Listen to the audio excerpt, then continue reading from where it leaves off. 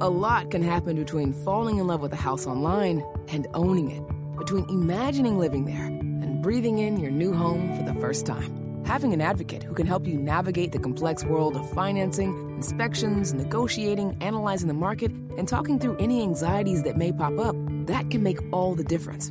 That's what the expertise of a Realtor can do for you. Realtors are members of the National Association of Realtors and bound by a code of ethics, because that's who we are.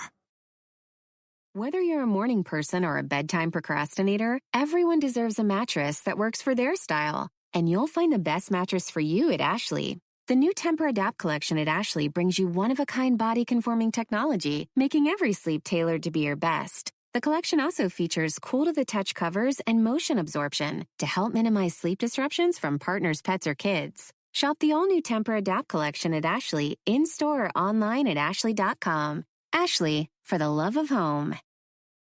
What's up, y'all? This is Tim Einenkel. Welcome to the library. Today we talk to Blueprint, who just wrote a book, The Making of Adventures in Counterculture. Check us out on www.rapstation.com. Blueprint, welcome to the library with Tim Einenkel. Thanks for joining us today. Thanks for having me on. The Making of Adventures in Counterculture. It's also the same name as your album. Why the book with the album? The book with the album, I think it kind of started after the album came out. I mean, I had an idea before, once I saw that it was going to take me like 5 years to finish the record. It kind of dawned on me that people would have a lot of questions about exactly what took me so long. And then when I knew that musically it would be a stylistic departure, I started having the idea to maybe, look into writing a book or writing about it. Originally, I thought about it being like a series of blogs for my website. But then as I got more into it, I thought that it could actually work well as a book. And what also helped was just the questions that I saw myself getting after the album came out. There were a lot of questions and a lot of things that I thought would make a lot more sense if I just wrote a full-length book about them. When 1988 came out, I was a huge fan of the album, and I definitely listened. And one thing that came out of this book was the whole story about not wanting to sample anymore. Yeah. So I was wondering if you could kind of talk about that transition of sampling other people's music to writing your own, and then what are the advantages and the disadvantages of doing that as an artist? Sampling, number one, is my foundation. Like everything I know about creating hip hop definitely started with sampling. I mean, I was doing other music before I was doing hip hop, but sampling was definitely my entry into creating hip hop and collecting vinyl. And so I hold sampling in like a real special place, and I love the artists who can do it really well, especially like taking things that sound one way, taking them out of their context and reintroducing them to an audience who has no idea where they came from. Like, I'm a huge, huge fan and supporter of that. My movement away from sampling came around 2005 to 2006, when I started kind of running into problems with things that I couldn't get out. Like there was an issue with I had two songs that were supposed to be on a Mr. Lift record. And I remember we had turned in a record to Def Jux, and the first thing Def Jux asked was, who are the samples you're using? And so when I turned to my list of samples, they were like, well, we can't put these on the album now. Oh, wow. And then LP remixed those songs, So the lyrics are still on that Mr. Lift album, the Mo Mega album, but like two of those songs were originally to beats that I made, but could not, they couldn't release because the label didn't want to take the chance at getting sued. And so that was one of the spearheads in me moving away from sampling, that experience. And then just I knew that RJD2 had gotten sued. The reason they were so on top of Mr. Lift was because he had gotten sued for his I Phantom album. Right. And these are lawsuits that are in the, $20,000-$40,000 range, tens of thousands of dollars. They're not like cheap lawsuits. So I started looking at it that way, and I started just looking at some of the opportunities I had for licensing music. There were chances we had to license music around that time. Like, I think there was even some talk about like the song "Hand Me Downs," which was on the Soul Position "Things Go Better" album. There was a point where I heard there was interest in Apple using that, until they found out it was a sample that was unclear. Oh, interesting. And so, seeing all these opportunities kind of slip at that point, and plus I had already started kind of wanting to add more instrumentation to my music. I was playing a lot of shows with bands, being around a lot more musicians, and this made me want to start incorporating more music into my own music. And so all of those things combined kind of sent me to a place where I saw that my future as someone who sampled heavily would be very limited, but the potential to do more, like if I could learn how to play and how to create my own melodies, a lot more doors would be open. We're speaking to Blueprint, who just wrote a book, The Making of Adventures in Counterculture.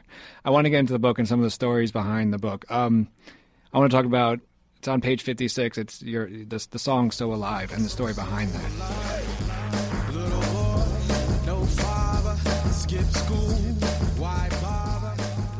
Can you, just kind of talk about the process of making that song? And then you also say that this was a hard lesson learned because being emotionally attached to the art is dangerous. I want to kind of, if you could explain to the listeners, what do you mean by that? As artists, we create pieces of art that all have a element of personal attachment to them. They all have stories behind them that have nothing to do with the music itself. For example, if I find a record that took me 2 years to find, and I sampled that and made a song out of it, that contributes to my attachment to that song. If I'm going through something really specific at the time, and it takes me,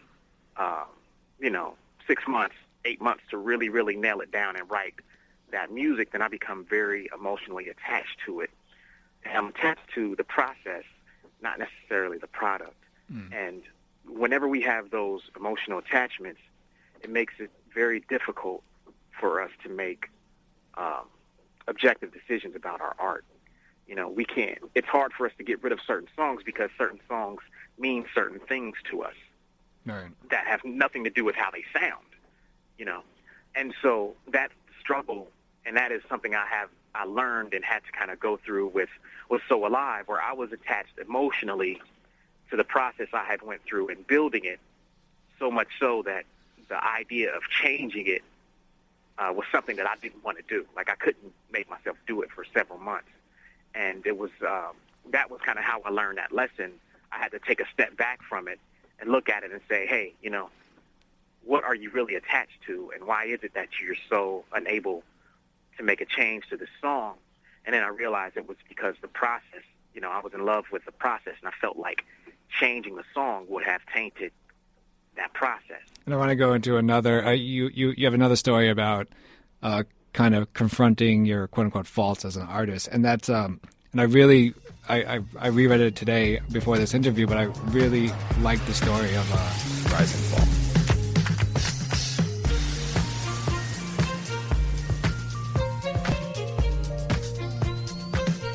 If you could kind of just talk about the song, what it means, how'd you go about it, but then you also talk about that you had to confront again what you call your inflexibility as an artist. Once again, what does that what does that mean for you?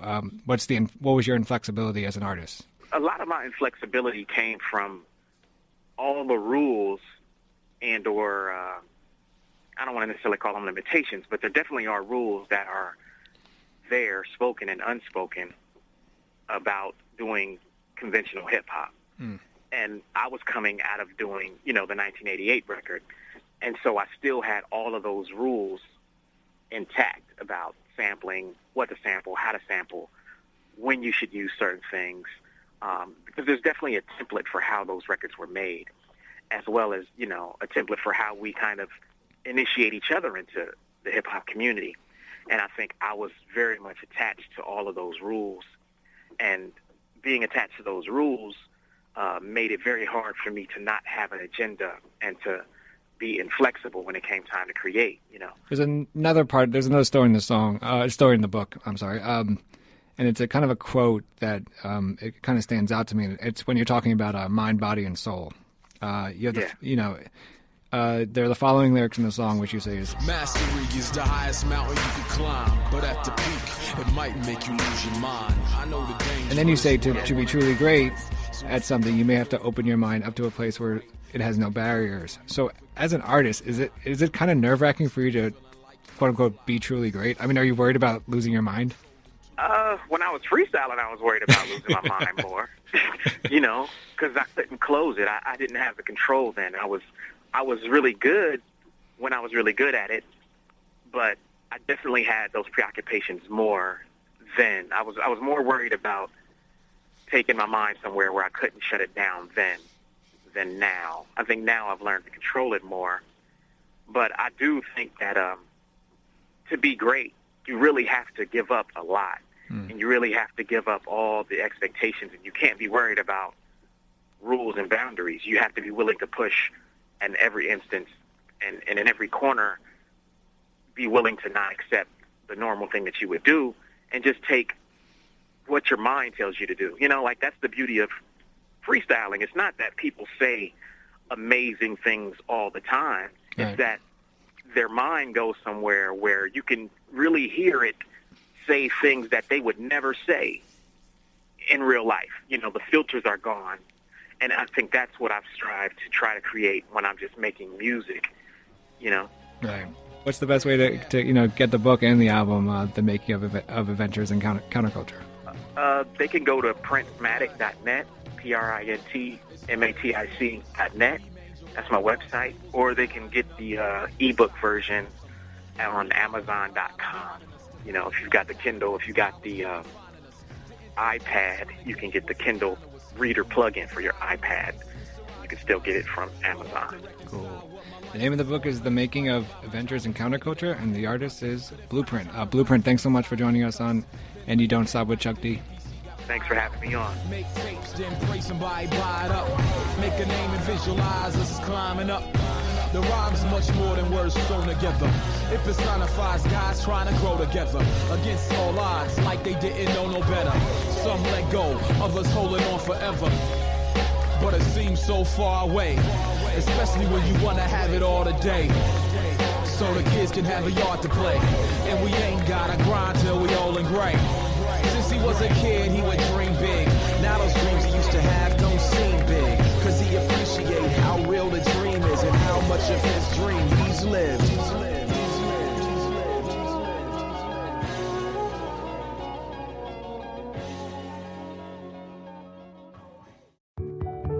A lot can happen between falling in love with a house online and owning it, between imagining living there and breathing in your new home for the first time. Having an advocate who can help you navigate the complex world of financing, inspections, negotiating, analyzing the market, and talking through any anxieties that may pop up, that can make all the difference. That's what the expertise of a Realtor can do for you. Realtors are members of the National Association of Realtors and bound by a code of ethics, because that's who we are.